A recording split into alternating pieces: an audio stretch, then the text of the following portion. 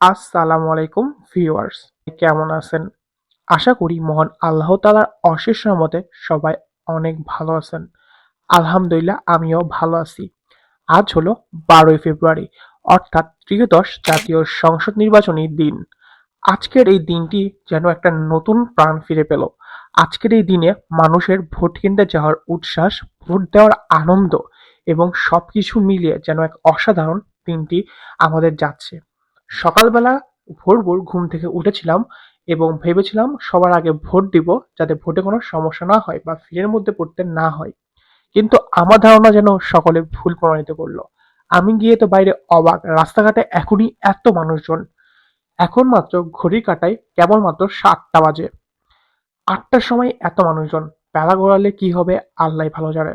কিন্তু একটা কথা বলতে হবে, মানুষের এই নতুন ক্রেজ, এই ভোটের আমেজ এবং নতুন উন্মাদনা, নিজেদের পছন্দের প্রার্থীকে ভোট দেওয়ার যে একটা আনন্দময় উৎসব, সেটি যেন আবার ফিরে এসেছে। দীর্ঘ 17 বছর পর এই যে দিনটি দেখার জন্যই মানুষ অপেক্ষা করেছিল এতদিন, ফাইনালি সেই দিনটি চলে এলো। আজ একটা ঐতিহাসিক দিন হতে চলেছে এবং সেই সাথে আমার লাইফের একটা স্মরণীয় দিনগুলোর মধ্যে একটি। কারণ আজকের দিনে আমিও ভোট দিতে যাব এবং আপনাদের নিব না এটা তো হয় না। আসলে আমি 11 নম্বর ওয়ার্ডের প্রার্থী। তাই আমার কেন্দ্র পড়েছিল পাবনা আর.এম. একাডেমি স্কুল অ্যান্ড কলেজে, এবং পাবনা আর.এম. একাডেমি স্কুল অ্যান্ড কলেজে যারা গেছেন তারা অলরেডি বুঝতে পারতেছেন যে কতটা মানুষের ভিড় সেখানে।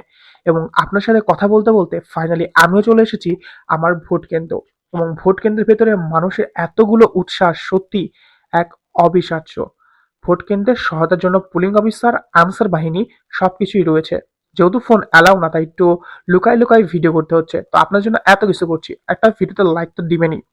তো আমি চলে আসছি আমার ভোট কেন্দ্রের রুমে। সামনে হচ্ছে ভোট দেওয়া হচ্ছে এবং আমার লাইনটা তুলনামূলক একটু কম ছিল, এজন্য তাড়াতাড়ি হবে। এই তো ভেতরে দেখছেন ভোট দেওয়া হচ্ছে।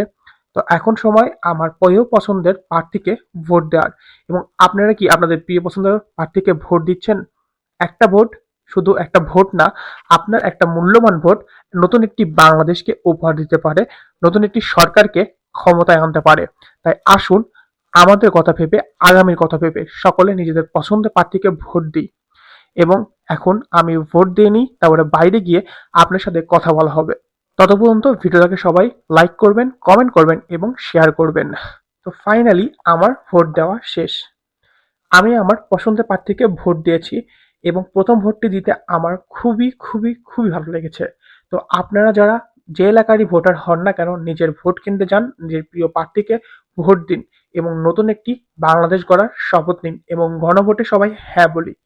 কারণ আমরাই আগামী প্রজন্ম। সবাইকে ধন্যবাদ। দেখা হচ্ছে অন্য একটি ভিডিওতে। তখন সবাই ভালো থাকবেন, সুস্থ থাকবেন এবং আমাদের